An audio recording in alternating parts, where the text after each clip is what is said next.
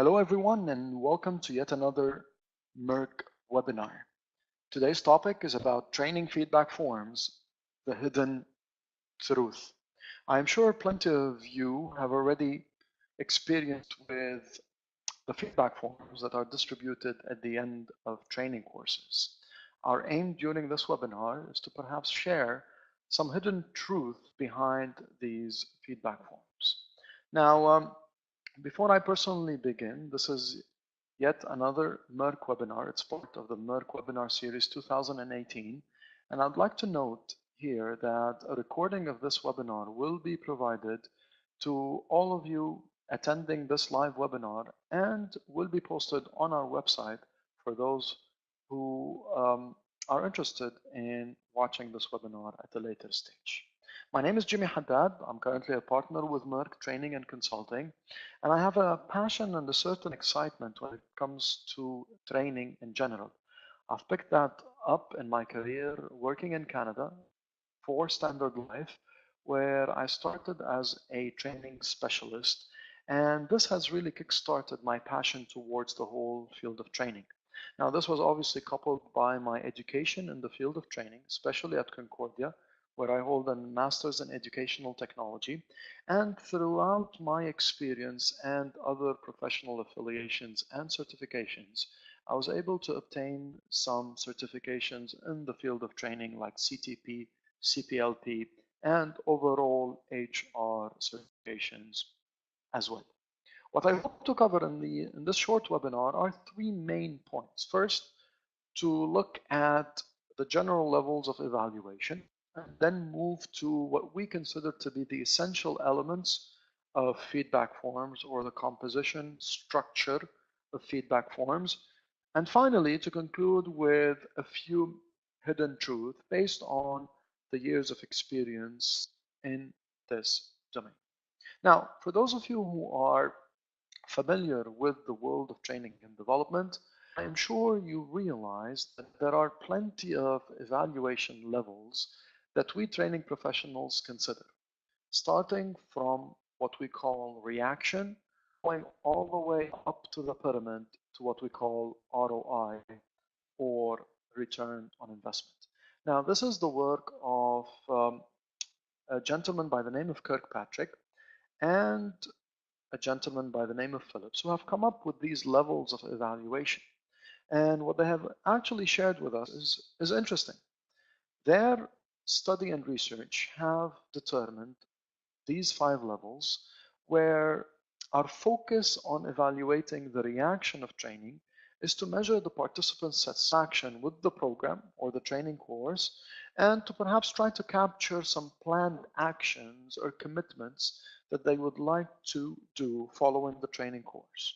In level 2, which is learning, the focus here is to measure the changes in knowledge and skills and attitudes by comparing the level of learning that they started the course with to the level of learning that they ended the course with. And often this is done by administering pre and post test and comparing the scores on these tests to determine the quantitative changes in learning.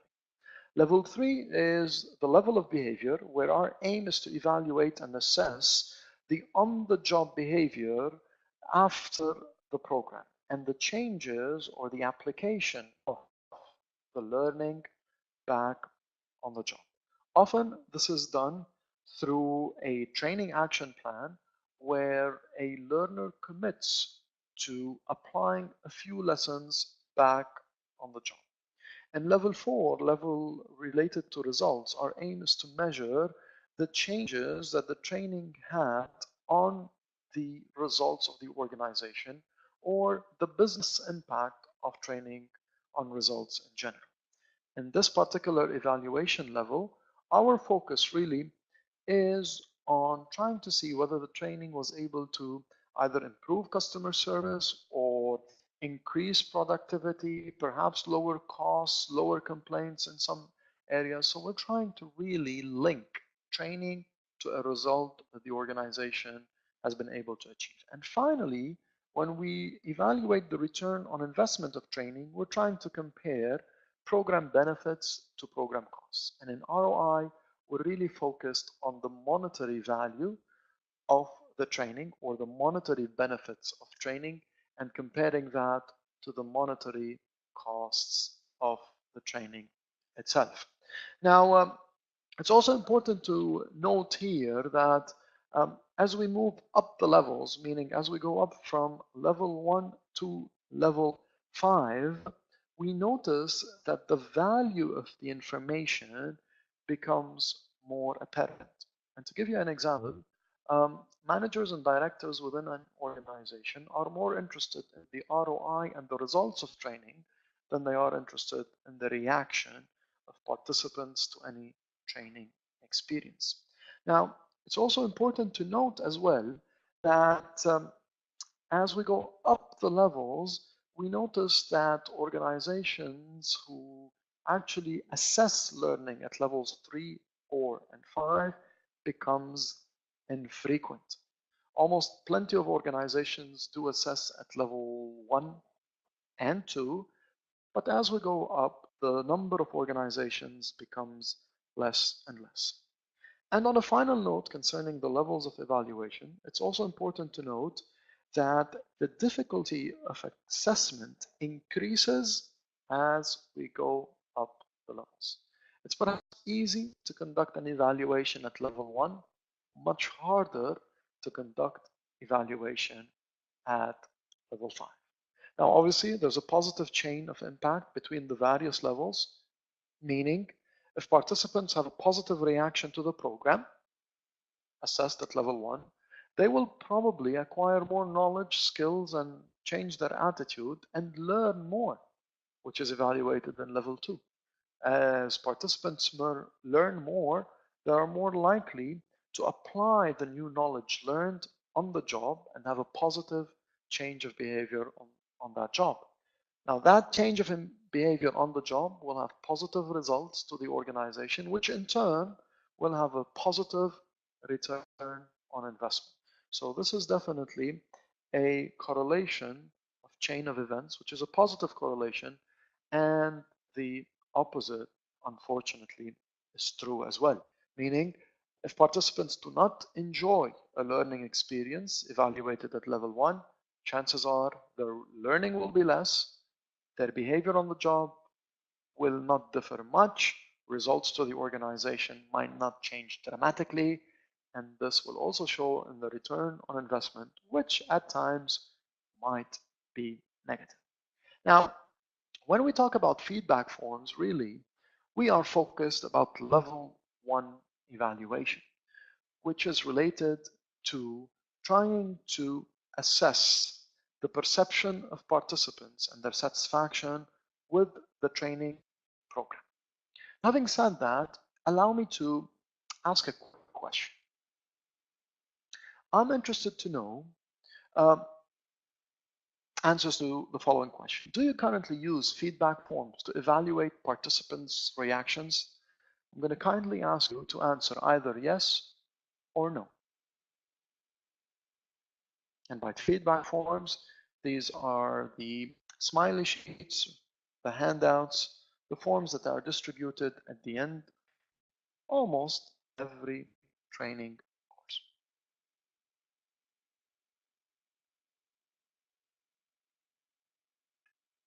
As I wait for more respondents to answer, in a while, I will be sharing with you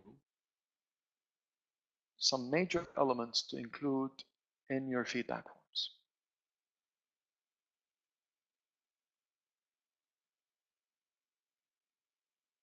So let us now see the results of that question.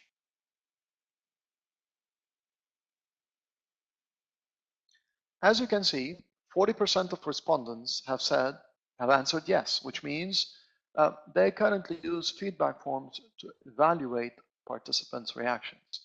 And only 10% of respondents have answered no, they currently do not use feedback forms. So now the following question is related to those who actually use feedback forms. And the question is, Are your feedback forms distributed and filled electronically or printed copies? So kindly answer with either electronic or printed copies.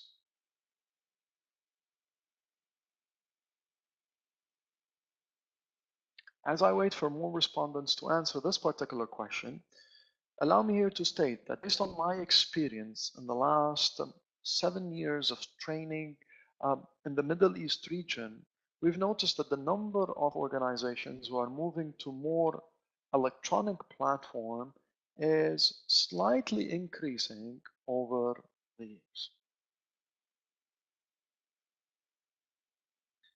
To end this question and show you the results, you notice here that 50% of respondents have said that their current feedback forms are distributed using printed copies. Only 10% of those who have answered said that they currently use an electronic feedback form.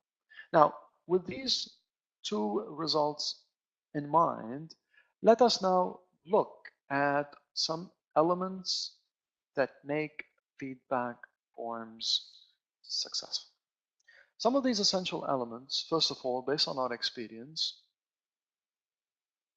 are related to having a logo on the feedback form. Unfortunately, I have seen plenty of feedback forms related to a number of clients where it is nothing more than a replica or a copy-paste version of something that is found on the web. Our recommendation is to definitely add the company logo on feedback forms. This obviously provides some sort of a corporate image or a marketing image of the form itself and makes the form look by its design more professional. We also recommend for training departments who currently have a department slogan to add their training department slogan on that feedback form. I have seen feedback forms where the organization has added their logo and beside the logo, the slogan. And one of the examples of the slogan that I have once seen was related to click and learn, or your training solutions partner. Another recommendation we have when it comes to these feedback forms is to make sure there are clear instructions given to participants. And this is usually in the form of text that is written on top of the feedback form. In the example that I have here in front of me, you can notice that the instructions given are the following. To help us improve and serve you better, please take a couple of minutes to complete this form. We promise that your feedback/comments will be taken into account. You notice in these instructions, there's a clear purpose on why we need your honest feedback. And the feedback is required to help the training department improve and eventually offer better service to participants and employees at large. You notice there's an indication of how long the feedback form will take, and it is mentioned in terms of a couple of minutes. So really, the feedback form should not be long. And our recommendation is to have a feedback form that is a one-page document. You notice there's also a promise at the end of the instructions that the feedback and the comments will be taken into account, meaning it's an important element of evaluation and the feedback and the comments will be welcomed and certain actions will be taken. It's also important to mention that in the instructions, in a form that looks like this, where it appears that participants need to actually choose on a particular scale to actually inform participants on how the selection should be done. In this case, fill circle completely and do not use red ink. Fill circle completely, and this advises participants not to perhaps check mark the choice, X the choice, circle the choice. They have to color it, fill it completely, and not to use red ink because we will notice in the future that the feedback forms are being assessed or the scores are being calculated automatically without the interference of any employee when looking at entering data manually. So an element to consider is having clear instructions for participants on how to complete such feedback forms. A third element I want you to focus on is to pre-populate certain fields. In this particular example, you may notice that the image on the top right corner, you have course, dates, and consultant or trainer. They are already pre-populated. The example given, you notice there's the title of a course, that's performance management. There's a particular date, May 6 to 7, 2018, and there's the consultant name being myself, Jimmy Haddad. For us, pre-populated fields show a professional image of a training department who has actually taken the time and effort to put some personalization element into the whole feedback forms. And for those of you, I'm sure some of you have noticed the personalized gifts that some of us do receive these days, where our actual names are written on such gifts. This pre-populated fields are only an example where a training department has actually spent some time and effort to give the form a certain flavor. Another essential element to include is the name. And here, my question is the following. Are you in favor of having the name on the feedback form as optional? Yes or no? So if you answer yes, this means you are for having the name optional. If you answer no, this means you are for having the name to be mandatory.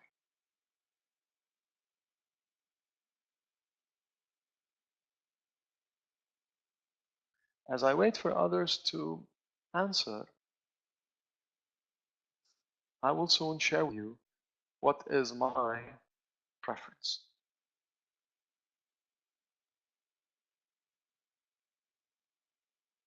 So let us see the results. 55% of you actually have answered yes, meaning they are for having the name as optional, and 11% of respondents have indicated that they prefer the name to be mandatory. Well, let me tell you what my opinion on this is. I personally believe that the name should remain optional. Now, the reason why I say this is because we want participants to answer the feedback forms as honestly and as frankly as possible. And by leaving the name optional, we have noticed that participants will be more willing to provide us what we call real feedback. Feedback on a number of elements of the course that is honest and that can help us improve training services in the future.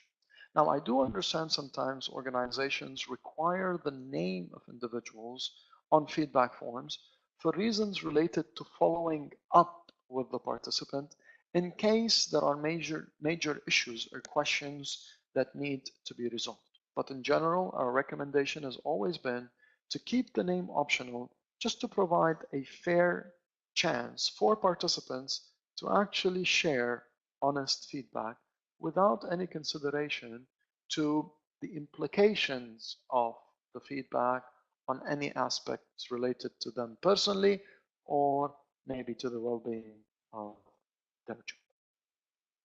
Another element to consider is perhaps the rating scale that we recommend for it to be numeric. And when I say numeric, participants are required here to rate questions based on a scale, and the example provided here is a scale that extends from 10 to 1, or 1 to 10, whichever way you want to look at it, that has a descriptive meaning as well. In other words, participants need to know what does a 10 represent. In this case, it represents an excellent score. And what does a score of 1 represent? And in this case, it represents a poor score. So there needs to be some description of the meaning of such a numerical scale. Now, some of you might say, well, a scale from 1 to 10 is a bit too large.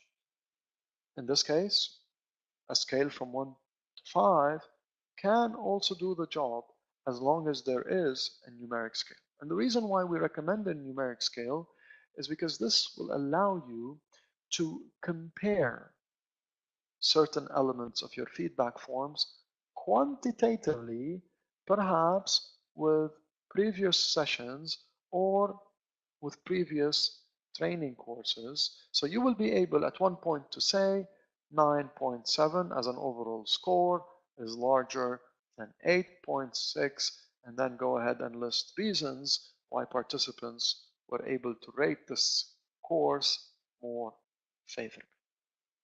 In addition to numeric scales, we also recommend to include at least 3 sections in the feedback forms. And our recommendation are sections related to the facilities, the consultant or the trainer, and finally the training material and the visual aids. In each of these sections, probably you will need to consider a number of questions to ask related to the training material, related to the trainer, and related to the facilities. If I were to share with you an example on a question from the section taken on evaluating the consultant or the trainer, the question asked here is, how do you rate the consultant's energy throughout the course? Obviously, participants will have to answer on a scale between 10 to 1. Other possible questions could be related to how do you rate the consultant's ability in maintaining a professional environment? If you want to consider the training material and assessing the training material, one of the questions could be asked, how do you rate the slides and visuals used during the course? Or you can also ask about how do you rate the exercises used throughout the course? Or how do you rate this course's content in terms of its relation to the learning objectives? In terms of facilities, one can ask, how do you rate the facilities used in terms of comfort? And you can also ask another general question related, how do you rate the course's daily schedule in terms of hours and breaks? Obviously, there are plenty of possible questions that one can ask. However, our recommendation is to include at least 3 sections related to the facilities, the consultant, and the training material, and to at least have anywhere between 2 to 4 questions in each of these sections. Another element to consider is to have a space on the feedback form that allows participants to freely write any additional comments they may have. In any feedback form, regardless of the number of questions, it is never possible to cover all questions related to all aspects of the training. And often participants might have additional things that they would like to share with the trainer or even the training department. Highly recommended to maintain or have some space for additional comments, free text area where participants can write anything they please, both good and perhaps areas of improvement. My final recommendation in terms of some essential elements of feedback forms is related to perhaps introducing certain element of technology. In this case, it's a Scantron technology where all these feedback forms are collected and then they are entered in some sort of a scanner that allows the training department to automatically populate the results of the feedback forms and automatically print reports related to scores for either the performance of the consultant or scores related to the training material, or even scores related to facilities, and obviously overall scores of the entire program. Now, with such technology, a training department will no longer have to waste valuable time in doing the data entry part to being able to analyze the scores on feedback forms. What's more important for us is to spend more time on analysis and not as much on data entry. Investing in such a technology is not an expensive investment. So for essential elements to include on feedback forms, keep those elements in mind. And to repeat them real quick, these elements are related to having a logo or a training department slogan, having clear instructions, having pre-populated fields related to the course title, the date, and the consultant, having a numerical scale that ranges from 1 to 10 or 1 to 5 with a descriptive explanation of the numbers, having at least 3 sections related to consultant, to the training material, and to facilities, having an additional comments section for free text by participants, and why not introduce a certain technology to allow the easy population of the results of such forms. Now, the final part of this webinar is to focus on a few hidden truths. And I'd like to start here by focusing on the overall results. Training professionals, when they analyze feedback forms, their first concern often is to look at overall results. And when I say overall results, it's the overall score that the training material got, the overall score of the trainer, the overall score of the facilities, overall score of various sections, or maybe overall score of the entire score. Now, even though this is done, I am afraid this in itself may not be too significant, because we know in statistics, often depending on the number of feedback forms that are being analyzed, there are a few scores that might fall between the cracks. And here, if the number of feedback forms is large, then there might be a few feedback forms where participants were not really satisfied with the training that might not appear in the overall results. That is why we highly recommend to look at overall results, but do as well look at individual scores of each feedback forms. And this is one of some hidden facts related to feedback forms. Something else to consider is statistical trends. And by statistical trends, what I mean is you might have assuming a consultant or a trainer whose performance on the feedback forms is always high or always excellent. Now, such a statistical trend does not necessarily mean that the performance of such a trainer will always be high. And this relates to the training material and to the facilities as well. So we training professionals have to always put the effort in making sure that we design and develop the best material, coordinate logistics and book the best facilities, and have the best trainers delivering the training material, and not just focus on positive statistical trends. And the final element that I want to share with you is a special focus or an attentive focus on additional comments. Now, the additional comments here for any trainer are the first aspect of the feedback form that they often look at. Obviously, they're looking for any positive comments that participants have to say, and this is a reward by itself, but also they're looking for any areas of improvement that they can do in the future. And for serious participants, additional comments will provide plenty of areas of improvement. We have to remember that one of the purposes of evaluations is to make improvements for future sessions. And these improvements can only be done when a special focus is given to the additional comments section.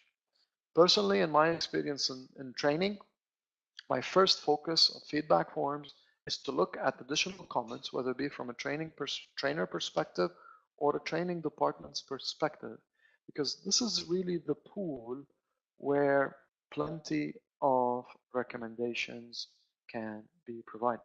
Participants may indicate things like including more interaction in the training, having more case studies, adding more videos, adding more hands-on activities, perhaps more group work. All these additional feedback is definitely constructive feedback that allows to improve the training courses moving forward. With these in mind, I want to thank you for your registration and your presence on this webinar today. And I want to wish those who are celebrating Ramadan Kareem, and hopefully to see you on future training webinars. If you have any question, please feel free to add it in the chat box on the left bottom corner of your screen.